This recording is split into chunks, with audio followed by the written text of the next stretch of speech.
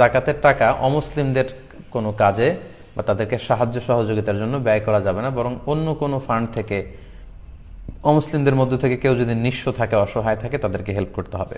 এক্ষেত্রে আমরা হেদায়া কিতাবের একটা টেক্সট উল্লেখ করতে পারি। সেখানে উল্লেখ আছে ওয়াকাদ সাকাতা মিনহা আল মুআল্লাফাতু কুলুবুহুম, যাকাত দানের যে 8টা খাত এর মধ্যে মুআল্লাফাতু কুলুবুহুম চিত্ত আকর্ষণের জন্য, এটা মুসলিম হতে পারে, অমুসলিম হতে পারে। ওনারা এটা দিয়ে মুসলিম অমুসলিম যারা আছে তাদের কথা উদ্দেশ্য নিয়েছেন যে তাদের এই বিষয়টা রহিত হয়ে গিয়েছে। লিআন্নাল্লাহ তাআলা আ'আজ্জাল ইসলাম, কেননা আবু বকর, ওমর ফারুক রাদিয়াল্লাহু তাআলা আনহু ওনাদের সময় থেকে ইসলামকে আল্লাহ তাআলা সম্মানিত করেছেন। ইসলামের এমন একটা অবস্থা তখন চলে এসেছে, অমুসলিমদেরকে যাকাত দিয়ে আর ইসলামের প্রতি তাদের চিত্ত আকর্ষণের দরকার নেই। ওয়া আগনা আনহুম ওয়া আলা যালিকা ইন আকাদাল ইজমা, হানাফি স্কলারসদের মতে এ ব্যাপারে ইজমা হয়েছে, ইজমায়ে সুকুতি। কিন্তু অন্যান্য মাযহাবে এবং অন্যান্য ফুকাহারা এ ব্যাপারে ফ্লেক্সিবল। ওনারা বলেছেন যে না, ইনমাসাতিল হাজা, যদি সিচুয়েশন ডিমান্ড করে তাহলে অমুসলিমদেরকেও যাকাত দেওয়া যাবে।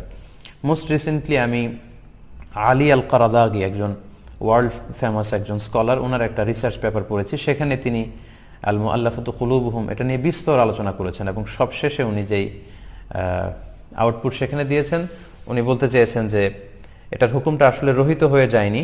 কিছু কিছু স্কলাররা মনে করেন যে ইসলাম খুব শক্তিশালী পর্যায়ে চলে যাওয়ার কারণে এই খাতটা নেই, কিন্তু উনি মনে করেন যে বর্তমান এই পরিস্থিতিতে এই খাতটা এখনও আছে এবং অমুসলিমদের মধ্য থেকে হিন্দু, বৌদ্ধ, খ্রিস্টান, মুশরিক, নাস্তিক এরাও যদি বিপদে পড়ে জাকাতের টাকা দিয়ে ওই তহবিল থেকে তাদেরকে দান করা যাবে। উনি সহ আরও বর্তমান অনেক স্কলারের ব্যাপারে মতামত দিয়েছেন।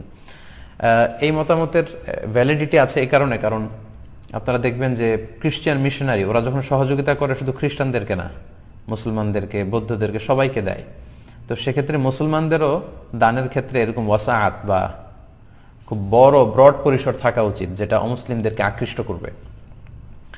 আর নন মুসলিম সোসাইটিতে যারা ইউরোপে, আমেরিকায় থাকে, সেখানে কিন্তু আমাদের মুসলিম ভাই বোনেরা মাইনরিটি।